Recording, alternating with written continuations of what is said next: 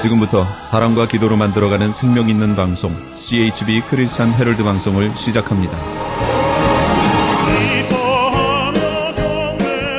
매일 새벽 4시, 매일 밤 11시 하루의 시작과 마무리를 함께하는 CHB 크리스찬 헤럴드 방송은 크리스찬 헤럴드 신문과 가장 인기 있는 기독교 정보를 담고 있는 www.christianherald.com과 함께 오늘도 성실하게 여러분 곁에 함께할 것입니다.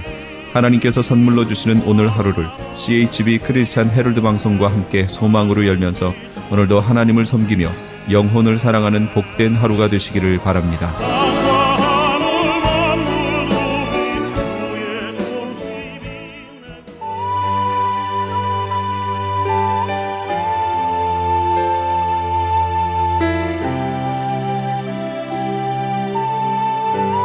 이 새벽을 주님과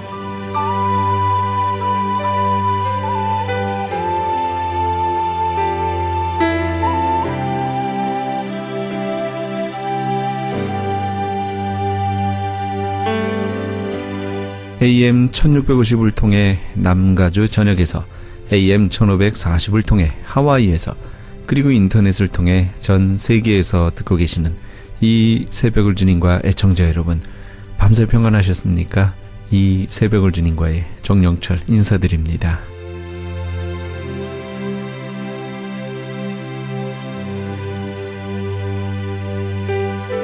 매주 금요일 이 시간에는 수용로 교회 정필도 목사님의 말씀 먼저 보내드립니다. 오늘은 마태복음 12장 38절에서 45절까지의 말씀을 본문으로 표적을 구하는 악한 세대란 제목의 말씀 전해주시겠습니다. 바다가 너무너무 흉흉해지는 것을 보고 결국에는 이 요나를 바다에 던지게 됩니다. 그런데 그 순간 놀랍게도 이 흉흉한 바다가 고요해졌어요. 그래서 이 배에 탄 모든 사람들이 죽지 않고 다시 살 수가 있었습니다. 요나는 자기가 죽지 않으면 다 죽게 된다는 걸 알았을 거예요. 그렇죠? 왜? 자기 때문에 이 풍랑이 왔으니까 이 잘못하면 다 죽는 거죠. 그러니까 이 사람들 살리기 위해서 내가 빨리 죽어야 되겠다. 그 생각을 하고 이 배에 탄 사람들을 살리기 위해서 자신의 죽음을 택한 것입니다. 우리 예수님도 우리를 위해서, 우리를 살리기 위해서 십자가에 못 박혀 죽으심으로 우리는 구원을 얻게 되었습니다. 그런데 이 요나는 바닷물에 빠지자마자 큰 물고기 뱃속에 들어가게 되었어요.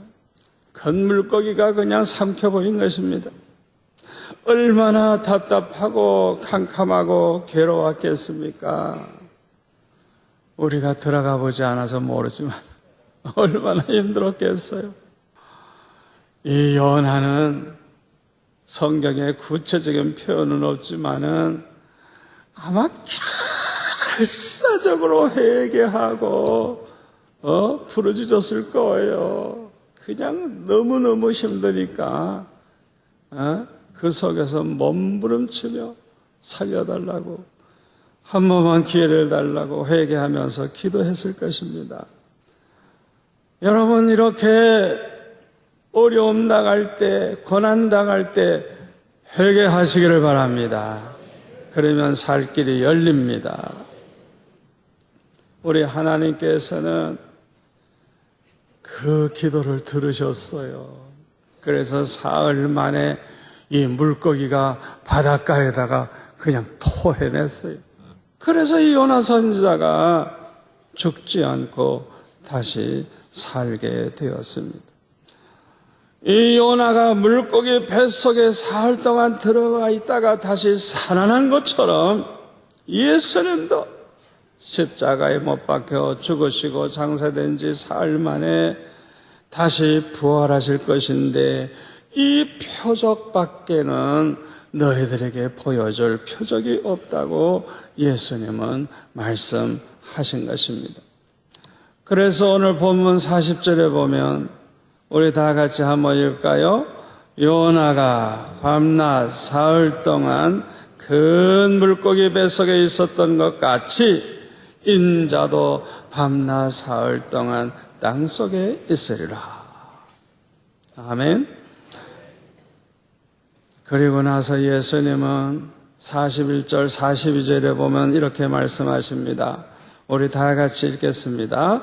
심판 때에 니느웨 사람들이 일어나 이 세대 사람들을 정죄하리니 이는 그들이 요나의 전도를 듣고 회개하였음이거니와 요나보다 더 큰 이가 여기 있으며 심판 때에 남방 여왕이 일어나 이 세대 사람을 정죄하리니 이는 그가 솔로몬의 지혜로운 말을 들으려고 땅 끝에서 왔음이거니와 솔로몬보다 더 큰 이가 여기 있느니라.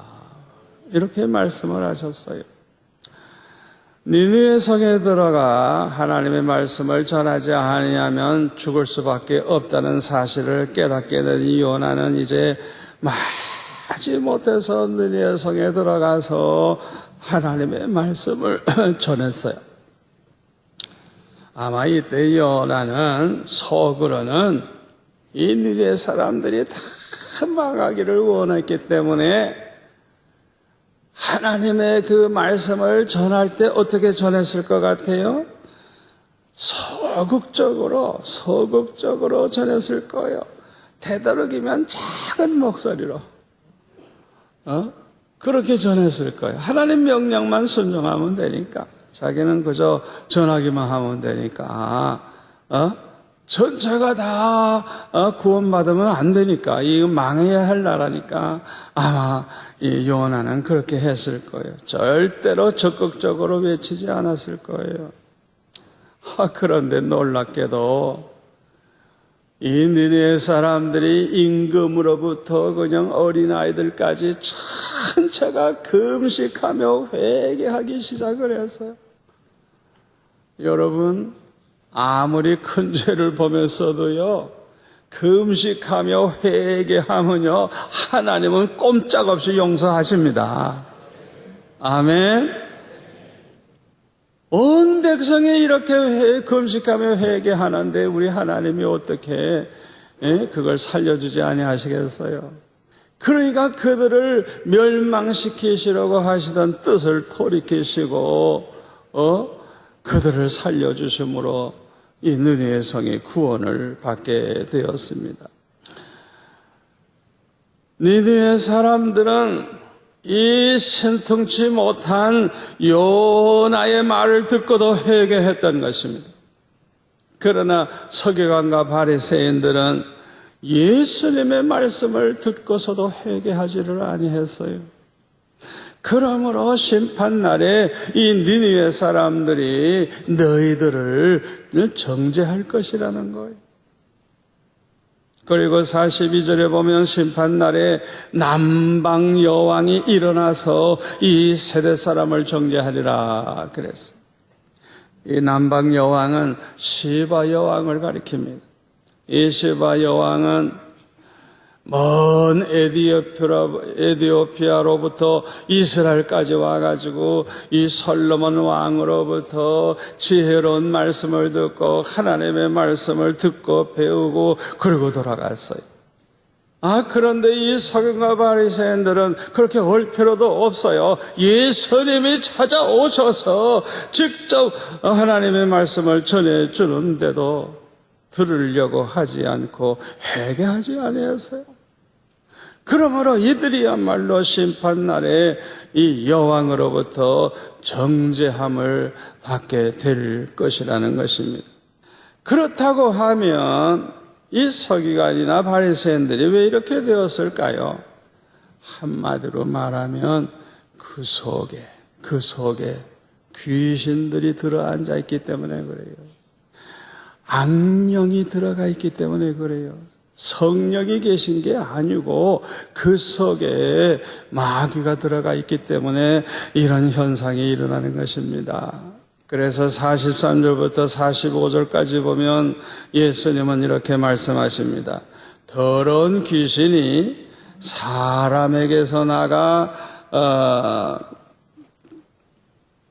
올 때에 물 없는 곳으로 다니며 쉬기를 구하되 쉴 곳을 얻지 못하고 이에 이르되 나온 내 집으로 돌아가리라 하고 와보니 그 집이 비고 청소되고 수리되었거늘 이에 가서 저보다 더 악한 귀신 7을 데리고 들어가서 거하니 그 사람의 나중 형편이 전보다 더욱 심하게 되느니라.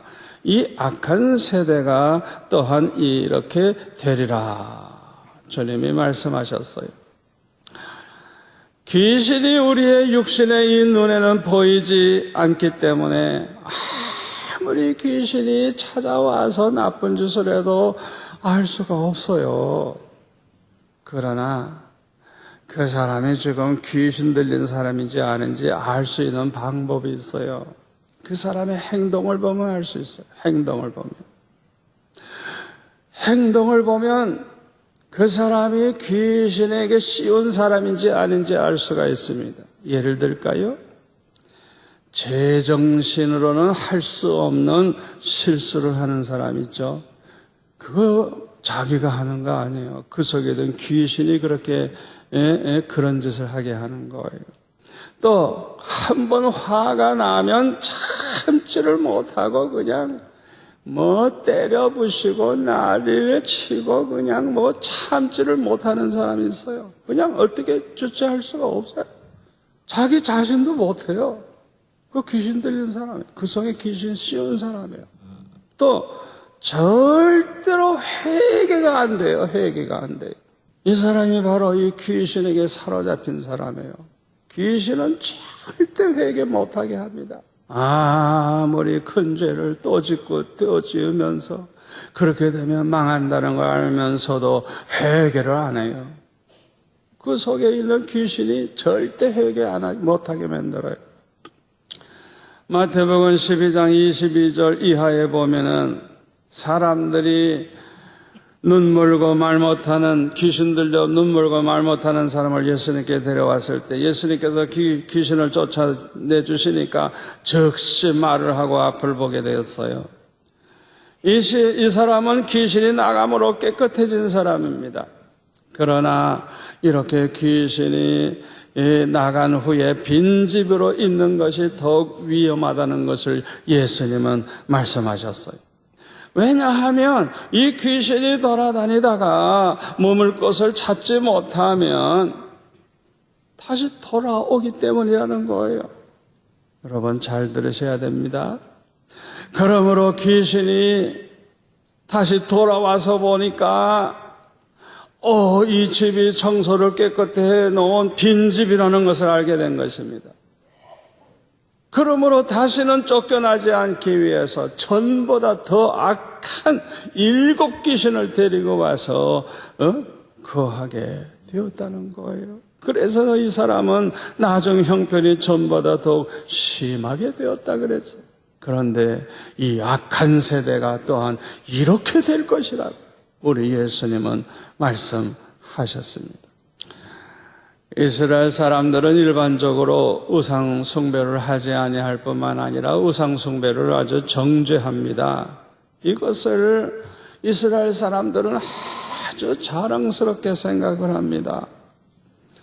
그리고 이들은 살인하지 아니하고 도둑질하지 아니하고 거짓말을 하지 아니했기 때문에 자기들은 어렸을 때부터 아주 계명을 잘 지킨 사람들이라고 아주 그렇게 자처합니다.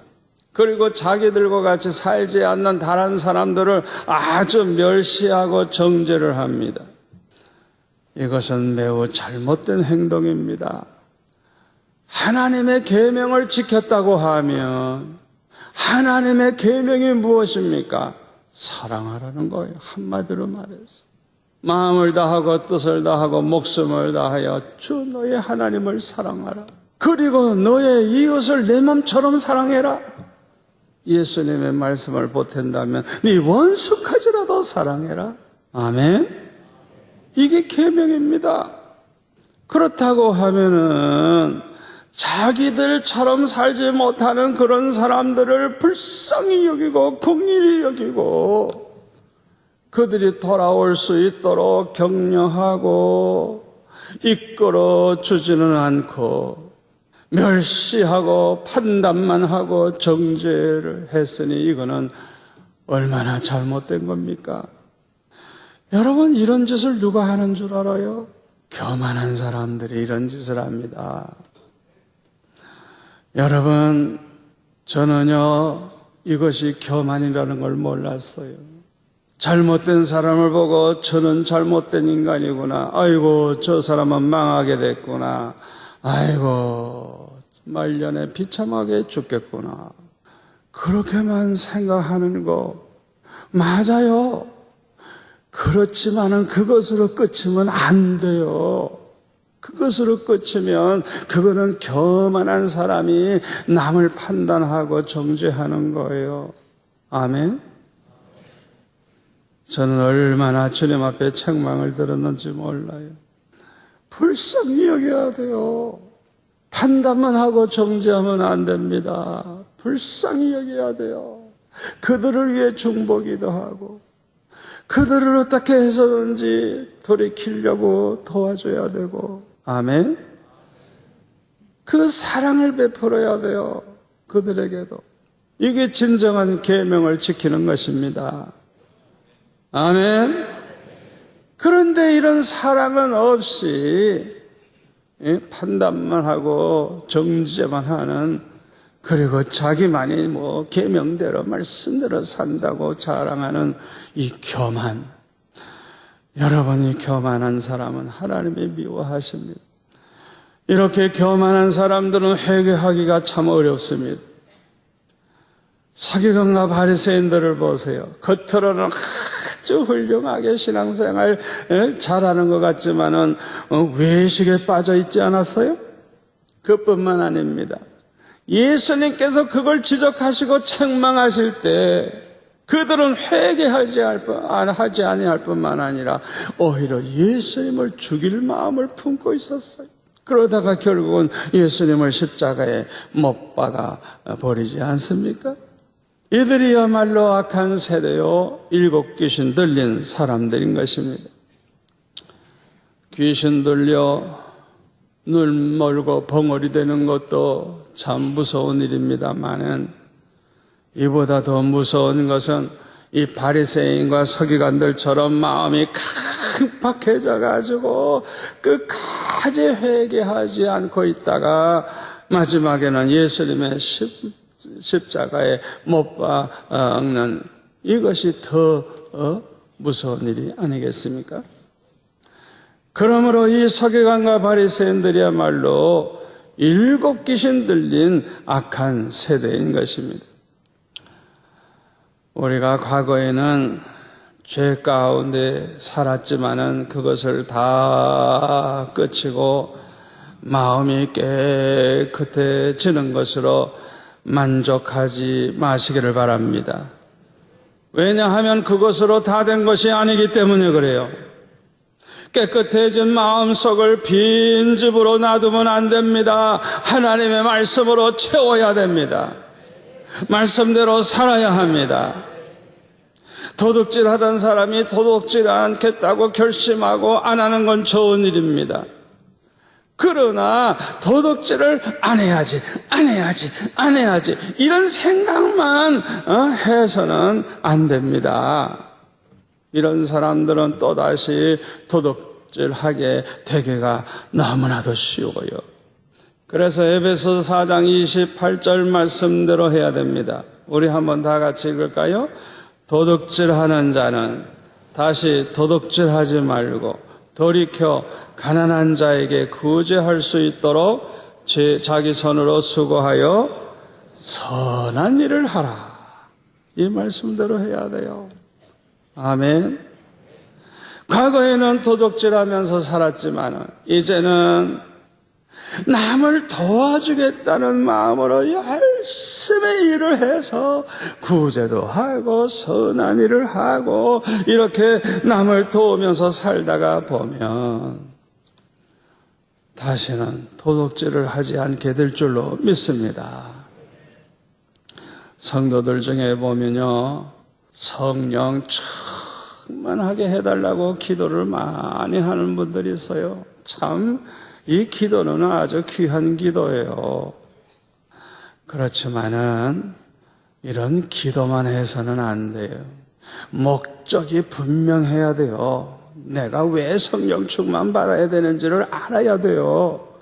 아멘. 하나님의 말씀대로만 살고 싶은데 안 되니까 너무 안타까워져. 아버지, 내 힘만으로는 안 됩니다. 나에게 성령 충만케 하셔서 말씀대로 살 수 있게 해 주옵소서. 이렇게 기도해야 돼요. 아멘. 또 죄와 싸워 이기면서 살고 싶은데 자꾸만 넘어지는 거라. 원치 않는 죄를 자꾸 뽑아니까 너무너무 괴로워가지고 아버지, 내 힘만으로는 난 감당 못하겠습니다. 성령 충만케 하여 주옵소서. 날 좀 도와주옵소서.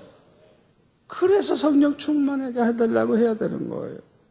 또 담대하게 나아가서 전도를 좀 하고 싶은데 용기가 없어요. 힘이 없어요.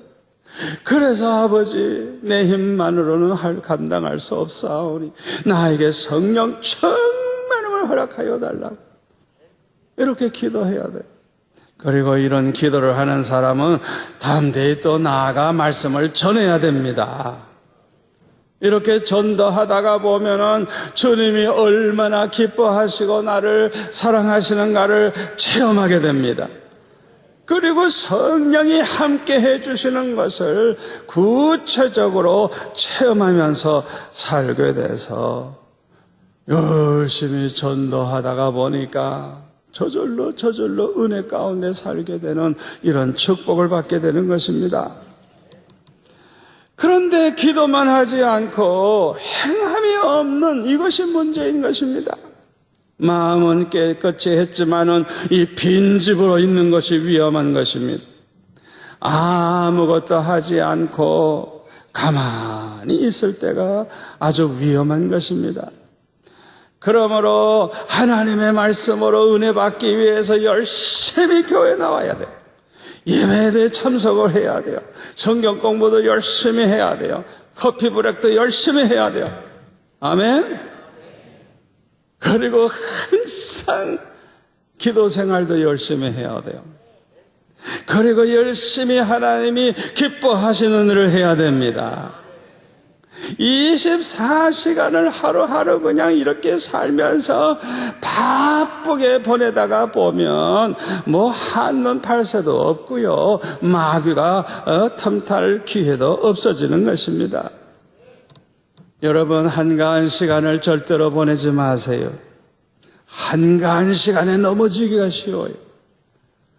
다윗이 한가할 때 낮잠 자고 일어나서 범죄한 거 아시죠? 한가할 때 큰 죄를 범하게 된다는 걸 아셔야 됩니다. 열심히 충성하는 성도들은요, 이 일을 하면 할수록 더욱 할 일이 많아져서 바빠집니다. 여러분, 이거 축복입니다. 왜요? 왜 일이 더 많아져요?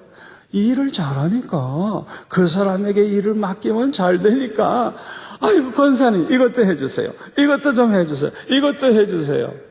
일하는 사람들은 그냥 일이 더 많아지게 돼 있어요.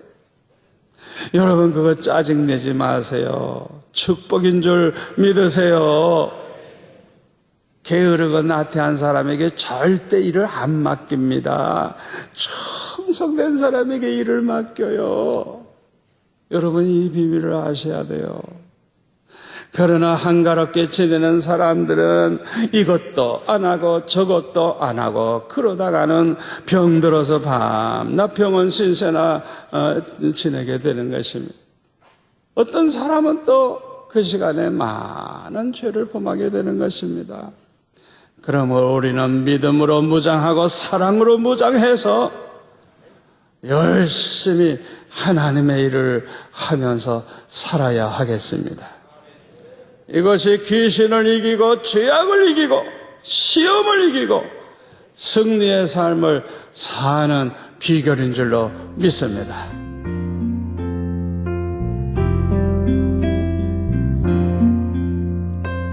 지금까지 수영로교회 정필도 목사님께서 표적을 구하는 악한 세대란 제목의 말씀 전해주셨습니다. 수영로 교회에 대해서 좀 더 자세히 알기 원하시는 분은 홈페이지 www.suyongro.org로 들어가시면 도움받으실 수 있습니다.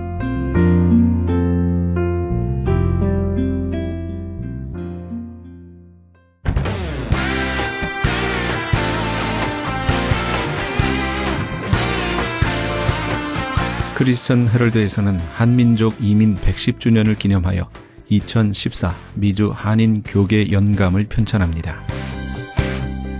이번 2014 미주 한인 교계 연감은 100년 총서에 이은 한인교회 역사 총정리가 될 것이며 총 1000쪽에 달하는 전 미주 교계의 연감을 한국, 미주, 전 세계에 배포하게 됩니다. 특히 교회, 기독교 기관 및 단체, 미국과 한국 정부기관, 명문대학 및 공공도서관의 공공역사 자료로 배포하게 됩니다. 또한 본사 웹페이지 cheraldus.com을 통해 인터넷에 게재하게 되며 매주 2, 3회 전달되는 이 신문에 부착되어 배포될 예정입니다. 연감에는 이런 내용이 수록됩니다. 미주 전 지역의 지역별 및 교단별 한인교회 주소로 목회자, 신학자, 기관 대표, 평신도 지도자 등 수천 명의 이름, 이민교회 중 역사성과 선교, 성장, 연합운동, 2세 사역에 뛰어난 300대 교회 연역과 화보 및 소개, 각 지역별 추천이나 후원받은 100여 개 단체와 교회 소개, 교단, 교협, 교계단체의 연혁, 한국 교계의 대표적 기관 및 교단, 교회 소개 등이 수록되어 다음 세대까지 이어져 보존될 연도별 역사 기록이 될 것입니다. 지난 2005년에 편찬 발간된 한인 이민 100년사에 이어 본사 창간 36주년과 한인 이민 110주년 기념 사업으로 편찬 진행 중인 2014 미주 한인 교계 연감은 전 미주 지역에서 한인 이민 공동체가 이끌어온 역사를 짚어보며 하나님의 섭리와 축복에 감사하며 이민 교회의 미래를 소망하는 역사의 기록이 될 것입니다. 이번 2014 미주 한인 교계 연감 편찬에 함께하기를 소망하시는 교회나 단체는 크리스천 헤럴드 213-353-0777 213지역 353-0777번으로 문의해 주시기 바랍니다. 지금 여러분께서는 AM 1650과 인터넷을 통해 미 전역과 전 세계에서 하와이에서는 AM 1540으로 방송되는 크리스천 헤럴드의 이 새벽을 주님과 일부 함께하고 계십니다. 방송 시간과 설교 편성표는 크리스천 헤럴드 홈페이지 cheraldus.com에서 확인하실 수 있습니다. 계속해서 벨리연합장로교회 하모세 목사님의 말씀 보내드립니다. 오늘은 마태복음 5장 1절에서 12절까지의 말씀을 본문으로 애통한 자의 행복이란 제목의 말씀 전해주시겠습니다. 아브라함의 하나님, 이 여호와 하나님이 그 여주인의 몸종 하갈에게도 나타나는 것입니다. 아니 그 주인이 아브라함에만 상대를 해야 좀 뭡니까? 폼도 나고 그렇지. 이렇게 택도 아닌 그 여자 종에게 나타나가지고 품위 없게 해프게 그렇게 나타나는 것입니다. 그래서 이 하갈이 깜짝 놀랍니다. 깜짝 놀라서 뭐라는가 하면 하나님, 어떻게 하나님이 나에게 갑자기 나타납니까? 아, 내가 정말로 하나님을 뵙고도 이렇게 살아있구나. 그래서 뭐냐? 나를 보시는 하나님, 엘로이 하나님을 말하고 있는 것입니다. 나를 돌아보시는 하나님, 나를 돌보시는 하나님, 나를 돌아봐 주시는 하나님에 대해서 이야기를 하고 있는 것입니다. 이 하가가 그 여주인 사라에게 매를 맞고 학대에 당해서 그 광야에서 어떻게 해야 될지를 못할 때 하나님께서는 뭔가 네 자손도 많게 해줄 것이다. 여러분, 하나님께서 아브라함을 창세기 15장에 불러서 뭔가 하면 네 하늘의 별처럼 땅의 모래처럼 많아질 거다 했을 때 사라도 어떤 마음이 들었겠어요? 어떻게 하나님은 아브라함에게만 복을 줍니다. 여러분, 저도 이렇게 보면 하나님은 어떻게 저기만 그렇게 복을 줍니까? 여러분, 우리 하갈 입장에서 볼 때는 어떻게 하나님은 아브라함에게만 그렇게 복을 주는, 아마 그런 마음을 먹었을 거예요. 사람은 누구나 복을 받고 싶은 게 사람인 것입니다. 그러나 하갈은 그 복에서 소외되어 있고 그 복은 아브라함에게만 내려온 것입니다. 그러나 하나님께서는 하갈의 고통을 들으시고 나는 아브라함에게만 복을 주는 것이 아니라 너처럼 고통받고 외로워하는 내가 너에게도 복을 준다. 너의 자손도 셀 수 없이 많아질 것이다. 내 아들의 이름을 이스마엘이라 그래라. 하나님이 너의 고통을 들었다. 내가 너도 축복한다. 그렇게 말하고 있는 것입니다. 자, 두 번째로 생각할 것은 이 돌고 도는 억울함, 애석함, 애통함에 대해서 생각해 보고자 합니다. 여러분, 왜 우리 사람에게 하나님 위로가 필요합니까? 왜냐하면은 여러분, 인간은 다 똑같기 때문인 것입니다.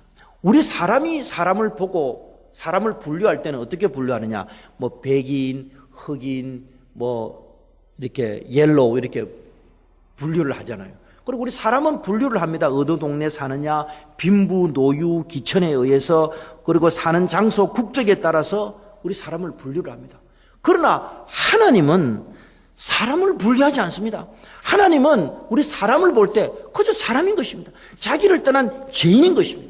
그래서 하나님께서는 뭐냐? 사람을 볼 때 어떻게 하면 저거를 구원해 줄 것인가? 어떻게 하면 저거를 내가 도와줄 것인가? 하나님 그렇게 생각하는 것입니다. 그래서 기독교는 뭐를 택하느냐? 사람이 높고 낮은 빈부, 기천, 얼굴의 색깔 이런 것을 택한 것이 아니라 기독교는 보편주의를 택합니다. 보편주의는 뭐냐? 누구든지 예수 믿으면 하나님 백성 된다. 누구든지 예수 믿으면 하나님 은혜 받는다. 누구든지 예수 믿으면 하나님의 백성이 되어서 하나님 나라를 상속받는다. 이 보편주의 하는 것입니다. 여러분, 한국이 왜 일본 사람한테 고통을 당하는가 하면은 하나님께서도 한국에 여러 번 기회를 주셨어요. 서양 선교사들이 여러 번 한국에 와가지고 서양 몸을 받아들이라 그랬어요. 그래서 프랑스에서도 오고 미국에서도 오고 네덜란드에서도 오고 계속 왔어요. 와가지고 서양 몸을 받아들이라 그래 이야기를 했어요. 근데 왜 서양 문물을 안 받아들이느냐? 기독교라는 걸 들어보니까, 천주교의 이야기를 들어보니까 빈부귀천, 남녀노유 색깔이 없단 말이에요. 그런데 그 당시에 정권을 잡은 사람들은 뭐냐? 유생이었거든. 유교를 잡고 있거든. 그럼 유교를 잡고 있는데 보편주의가 들어오면은 이게 박살날 거 아니에요? 안 그래요? 이게 박살날 거 아니에요? 근데 이거는 더 이상 이 나라에 필요가 없는 거라.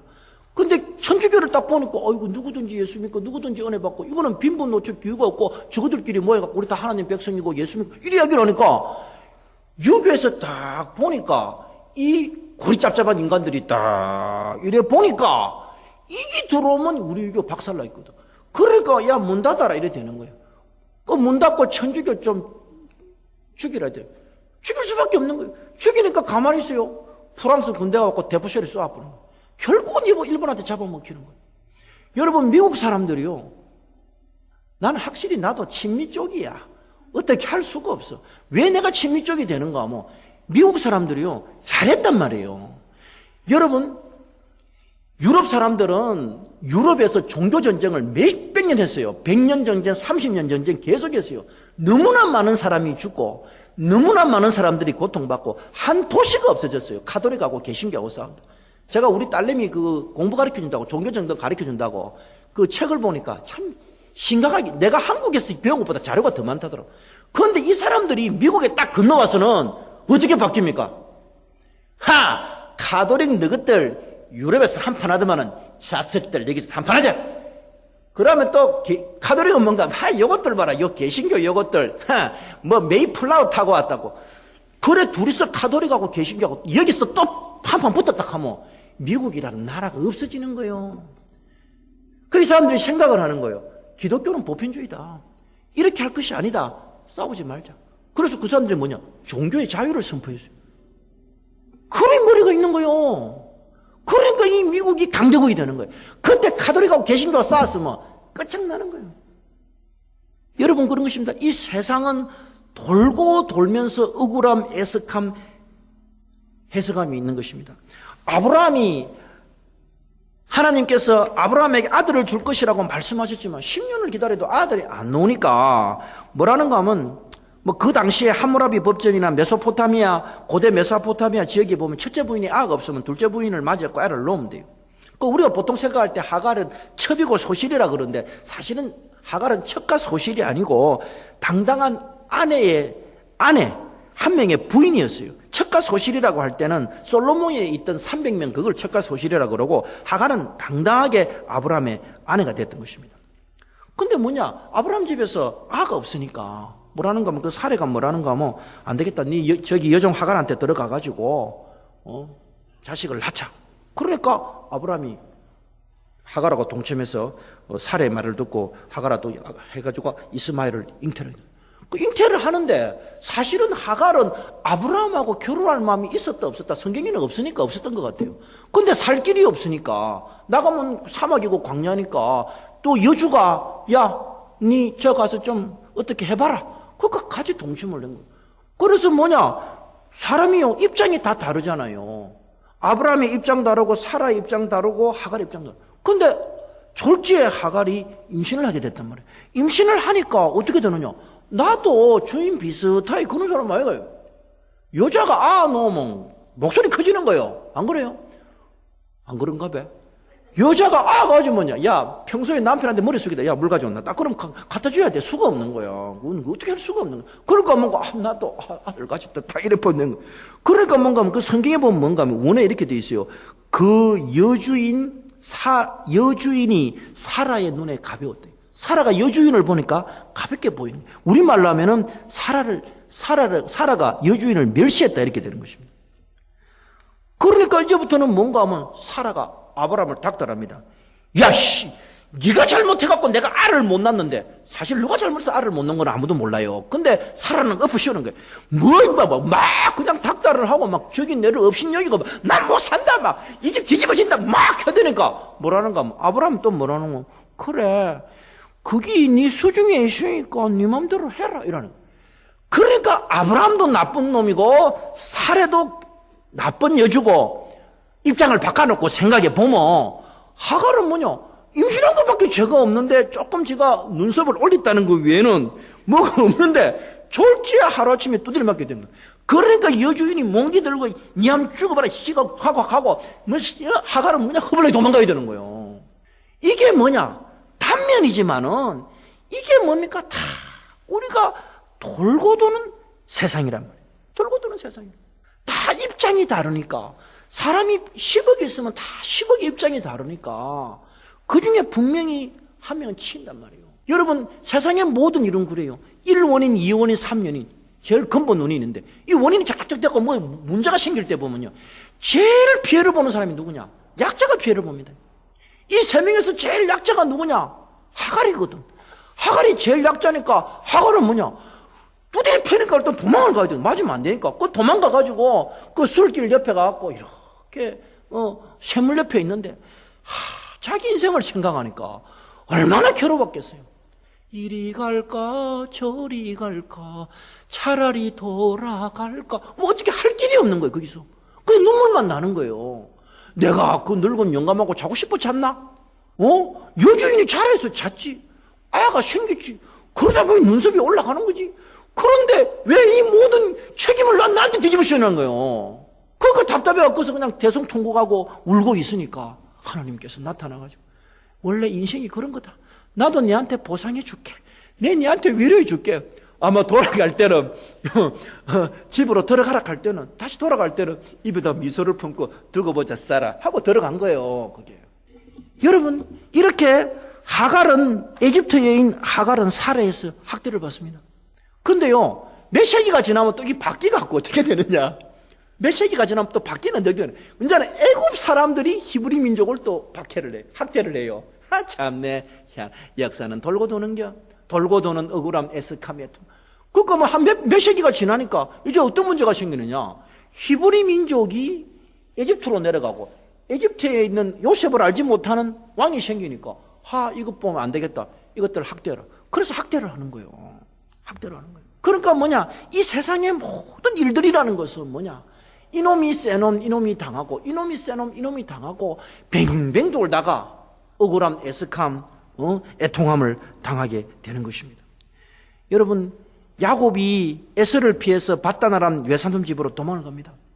도망을 갈 때 여러 날을 사막길로 걸어가가지고 거기 라반의 집에 갑니다. 왜냐? 사막에는 살 길이 없으니까 여기에서 열로 가야 돼요. 그래서 그걸로 가는데 가가지고 이제 그 며칠 길을 걸어가가지고 그 사막길을 걸어가가지고 거기 삼촌 사는 거기 밧다나람에 이렇게 갔는데 누구를 만나는가? 라헬을 만나요. 라헬을 만나는데 둘이 통성명하거든. 네 누구다.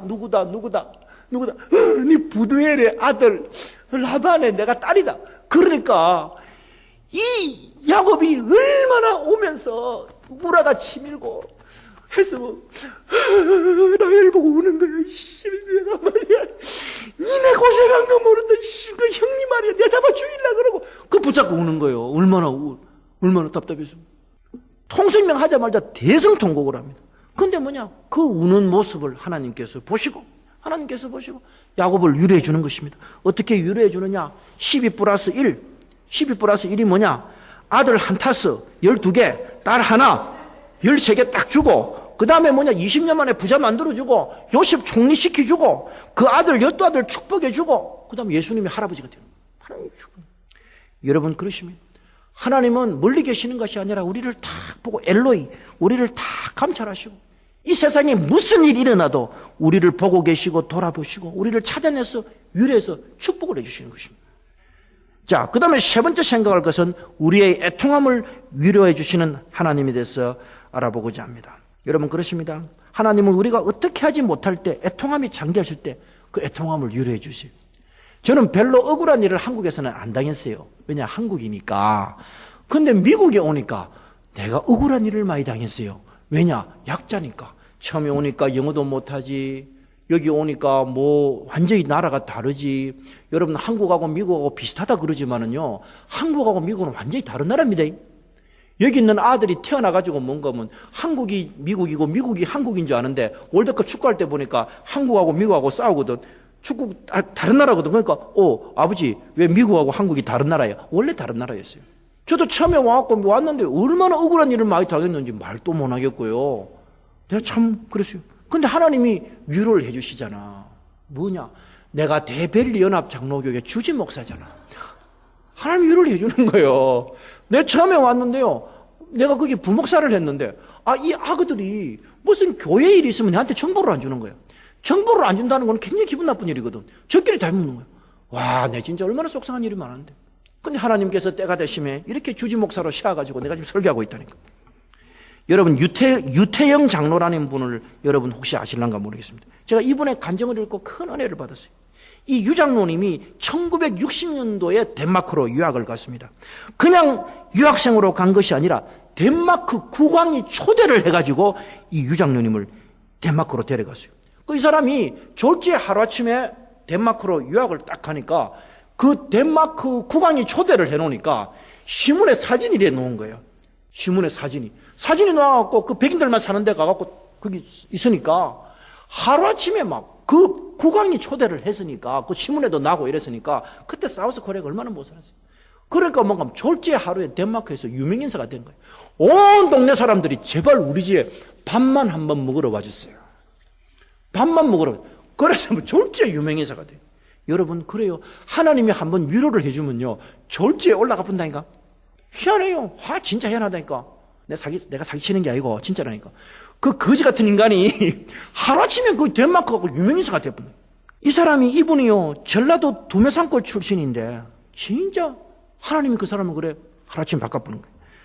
덴마크에서 공부를 마치고 나니까 뭐라고 편지를 썼는가? 이스라엘에 또 편지를 썼어요. 뭐라고 썼는가 하면은, 내가 이 농업 선진 기술을 배워서 이 한국 못 사는 나라를 좀 잘 살게 하고 싶다. 그러니까 내를 공부하러 보내달라고. 그러니까 히브리 대학에서 이 사람을 또 초대를.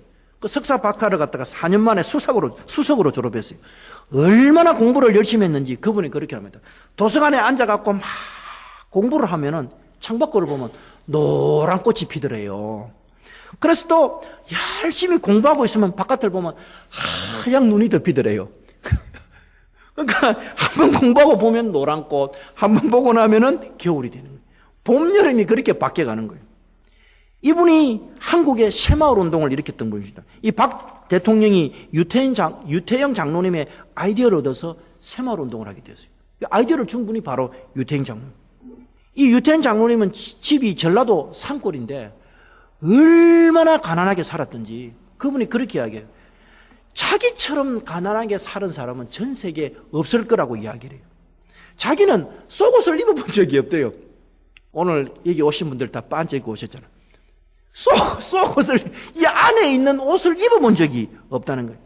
신발을 신어본 적도 없대요.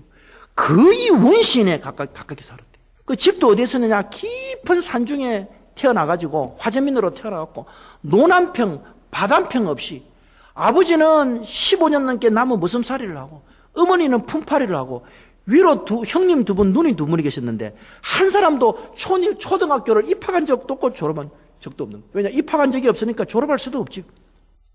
형님 두 분과 누님 두 분이 전부 다 남의 일을 하러 다녔어요. 아버지도 무식하고 어머니도 무식하고 큰 집 작은 집 사돈 팔촌했고 전부 다 그냥 찢어지게 가난한 그런 집이었어요. 그런데요, 어떤 일이 생겼느냐? 그 유장로님이 있는 그 초등학교 5학년 때 어떤 일이 있습니까? 교회가 거기 들어온 거예요. 교회가. 이 교회가 들어온다는 거는 뭐냐? 하나님이 교회를 통해서 위로를 해주겠다는 말이에요. 요즘 교회는 타락을 해가지고 위로가 별로 없지만은 옛날에는 너무 힘드니까 하나님이 교회만 생기면 위로를 해주시던 모양이에요. 그래가지고 거기 이제 초가벽을 이렇게 헐고 벼스로 된 쌀 까마귀를 깔고 그 땅에서 예배를 드렸습니다. 어른 20명, 아이 20명 이렇게. 이때부터 이 유장로님이 예수를 믿기 시작하고 그 가정이 예수를 믿기 시작했어요. 그런데 중에 그 전도사님이 늘 그래 이야기했대요. 태영아, 주님이 너를 사랑한다. 하나님이 너를 사랑한다. 그러면 이 국민학교 5학년 되는 애가 도저히 사랑이라는 게 이해가 안 되더라는 거예요. 어떻게 하나님이 나를 사랑해? 이 거지 같은 나를. 사랑? 이상하다. 사랑이라면은 저기 방앗간집 아들하고 그 다음에 저 이장집 아들을 사랑해야 되지. 이 거지 같은 나를 사랑한다. 도저히 이해가 안 되더래요. 이 유장로님. 자, 그런데 그 어머니가 예수를 열심히 믿기 시작했어요. 그런데 그러던 중에 유장로님이 학질에 걸리는데 그때 어머니가 이렇게 기도했습니다. 전능하신 하나님, 우리 부부를 통해 보낸 이 태영이 부모된 우리로서는 무식하고 가르치지도 못합니다. 너무 가난해서 밥도 못 먹입니다. 이렇게 아파도 약도 못 먹입니다. 그러니 하나님께서 이 아이의 고통을 들어주시고 이 아이의 인생길을 인도해 주세요. 그렇게. 그 알을 눕혀놓고 어머니가 먹일 밥도 없고 양식도 없고 다 못 먹어서 아픈 거예요. 못 먹어서. 우리 미국 오면 잘 안 아프잖아. 잘 먹으니까. 다 못 먹었어요. 그럼 막 기도. 참으로 애통하는 기도. 하나님한테 타원하는 기도. 그리고 그 어머니가 그 알을 눕혀놓고 뭐라는가 하면 태영아, 너희 부모는 무식해서 너희를 가르치지도 못하고 가난해서 너희를 먹이지도 못한다. 그러나 전능하신 하나님께 기도드리라. 그러면 하나님께서 너의 인생을 인도해 줄 것이다. 그래서 이 유태영 장로는 초등학교도 졸업하지 못하고 시골에서 머슴을 살았습니다. 중학교 간다는 것은 꿈도 못했습니다. 할 게 없으니까 늘 새벽기도 가는 거예요. 그래 하루는 어느 날 머슴살이를 하고 있는데 자기 국민학교 동창이 지나가고 있는데 모자를 쓰고 옛날에 모자 쓰잖아요. 모자 탁 이래 쓰고 까만 옷을 입고 가는데 자기가 그것을 보고 펑펑 울었더래요. 하나님 아버지 중학교 보내주세요. 울은 거예요. 여기는 다들 학력이 좋으시니까 그런 일이 안 겪겠지만 탱이로서는 그게 그렇게 가슴 아픈 거예요. 그래가서 그 다음날 새벽기도 가서 하나님께 성기도를 드린 거예요. 성기도가 뭐냐? 하나님 내 일생에 이 공부의 한을 풀어주세요. 내 일생의 공부에 하나님 나는 진짜 다른 거 다 필요 없고 저 사과 모자 쓰고 한번 옷 입는 게 서울이면 그런 거예요. 하나님이 그 태영의 그 애통함을 들은 거예요. 그래서 중학교를 졸업하고 서울역에 올라왔고 서울역 영등포 오늘 게 무엇입니까? 굿학교 하는 거지 뭐. 굿학교. 그리고 야간고등학교 다니고 그 다음에 신문바디 하고 신문팔이 하고 번 돈으로 밥 먹고 옷 입고 등록금 내면은 돈이 없으니까 늘 굶었다니까. 그래서 늘 굶으니까 뭐를 먹었는가 하면은 쓰레기통에 있는 그 쓰레기통을 열어가지고 먹었대요. 그 먹는데 우리가 빵도 이래 버리면 파란 곰팡이가 쓸잖아요. 그 유장로님은 파란 곰팡이 쓴 걸 그렇게 많이 먹었대요. 배가 고프니까. 그래, 그분이 하는 말이 있어요. 배가 고프면 파란 곰팡이, 검은 곰팡이, 파란 곰팡이, 빨간 곰팡이 다 필요 없고 소화 잘 된다, 그렇게. 배가 워낙 고프니까 곰팡이 있는 거 다 잡아먹었다. 그러던 중에 이 야간고등학교를 졸업하고 야간대학을 입학하고 난 후에 구두를 닦고 있는데, 구두를 딱 닦고 있는데, 뭐 이렇게 이야기를 하는데 어떤 사람이 뭐라는 거 하면 정보를 주는 거예요. 뭐 자기가 시골에서 자라가지고 시골을 좀 낙농국가를 만들고 부유한 낙농국가를 만들고 싶다니까 덴마크에 왕이 있고 덴마크가 유럽에서 제일 이 농업국가로서는 1등 국가고 그거가 좋다 이야기 들은 거예요. 그러니까 그때부터 뭘 했느냐, 영어로 편지를 쓰기 시작한 거예요. 뭐 문장을 존경하는 덴마크 누구누구 폐하 유어 메제스티, 뭐 나는 거기 가서 공부를 하고 싶습니다. 편지를 쓰면 편지를 쓰니까 그 가난한 나라에서 이렇게 편지가 오니까 덴마크 왕이 바로 데리고 온나 이래 된 거예요. 그래서 비행기표 오고 뭐고 하루아침에 그냥 학문의 문이 열려갖고 그냥 유명인사가 되고 그래서 그렇게 돼요. 하나님이 그 사람을 유리해 준 거예요. 여러분, 새마을 운동을 하는데 이분이 이제 새마을 운동을 그 마을에서 시작했어요. 시작을 하니까 박 대통령이 직접 내려와가지고 그 보고를 다 듣더만 새마을 운동하자. 당신 말 들으니까 우리나라가 이렇게 가난한데 새마을 운동하자. 그 새마을 운동이었어요. 그래서 이제 거기서 새마을 운동을 하고 있는데 우리나라 그렇잖아요. 이 밑에부터 위에까지 올라가려면 중간에 이 계층이 많잖아요. 그러니까 뭘 일하는데 군청장이 안 된다, 뭐가 안 된다, 도지사가 안 된다 그러더래요. 그래서 박 대통령 보고 연락을 하니까 박 대통령이 뭐라는 거면 청와대 직통전화를 놔주더래. 청와대 직통전화를 놔주고 당신이 하는 무슨 일은 내가 뭐든지 밀어줄게. 그래갖고 한 거예요, 새마을. 그래서 새벽종이 울렸네, 그 다음에 땡 하고 울렸네. 새마을로도 모르세요? 새벽종이 울렸네, 새아침이 밝았네. 그래서 새마을 운동이 일어나요. 그래, 이분이 한 20년 전에 한 번은 광화문에 있는 교보원 빌딩을 창립하신 어른이 이 유장로님을 만나자 그랬어요. 근데 이분도 또 시골 출신이거든. 시골 진짜 어렵게 해가지고 그 교보문 사장이 됐고. 그러니까 자기가 막 이야기한 거예요. 우리 시골이 너무 가난하다.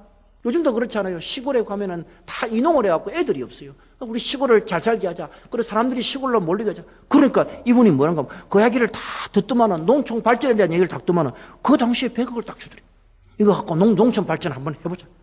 그러더만은 그 다음에 또 부르더래. 또 100억을 또 주더래. 그리고 300억을 주더래. 여러분, 그렇습니다. 하나님은 이역만리 멀리 계시는 분이 아닙니다. 하나님은 구만리 장천 저 멀리 계신 분이 아니라 하나님은 여러분 한 분 한 분을 다 과거에도 보시고 지금도 보고 계시고 내일도 미래도 가만히 보고 계시는 것입니다. 그리고 오늘 우리의 현실에 와주셔서 우리를 보시고 계시고 우리의 애통함을 보시고 우리를 위로해 주시는 분이 바로 우리 하나님인 것입니다.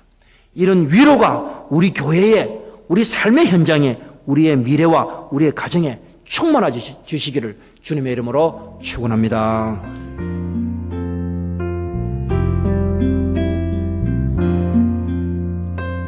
지금까지 벨리연합장로교회 하모 새 목사님께서 애통한 자의 행복이란 제목의 말씀 전해주셨습니다. 벨리연합장로교회는 16,200 체스월스 스트리트 그라나다 힐에 위치하고 있습니다. 신앙성담이나 교회에 대해서 좀 더 자세히 알기 원하시는 분은 전화 818-363-6007 818지역 363-6007 벨리연합장로교회로 연락주시기 바랍니다.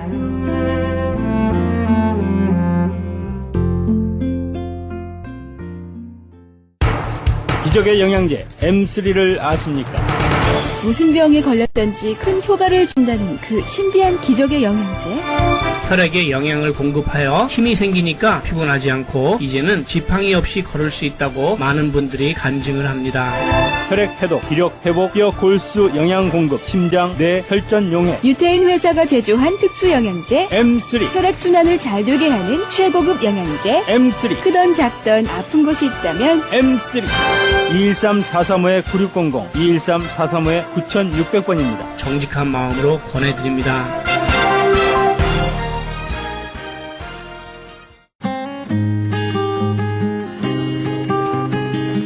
교계 게시판.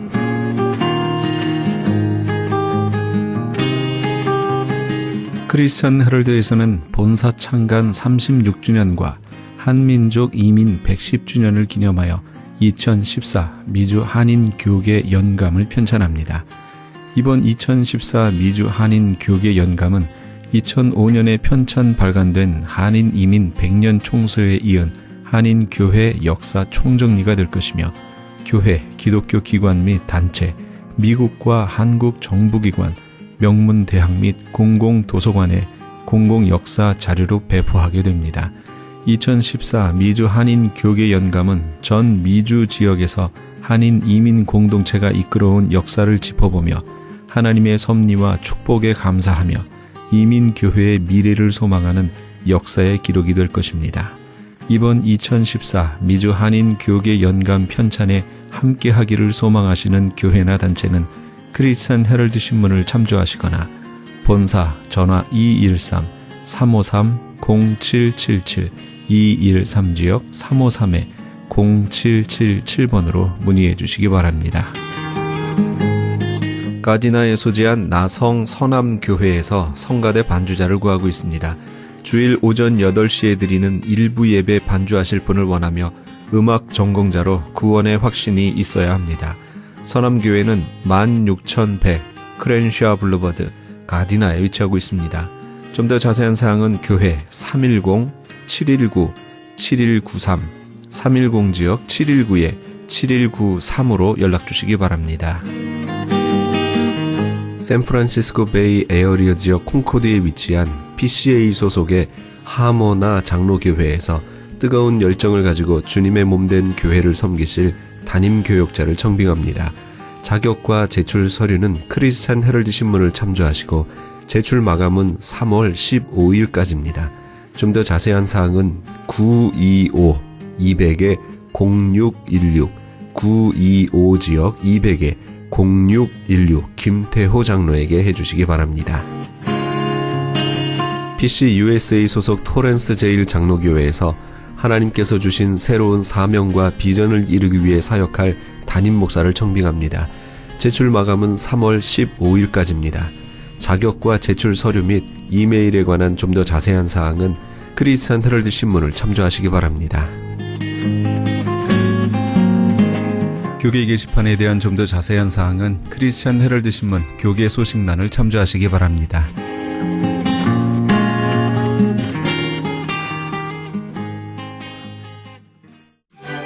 하나님의 나팔소리 함께 하시면서 이 새벽을 주님과 1부 여기서 마칩니다. 잠시 15 후에 2부에서 돌아오겠습니다.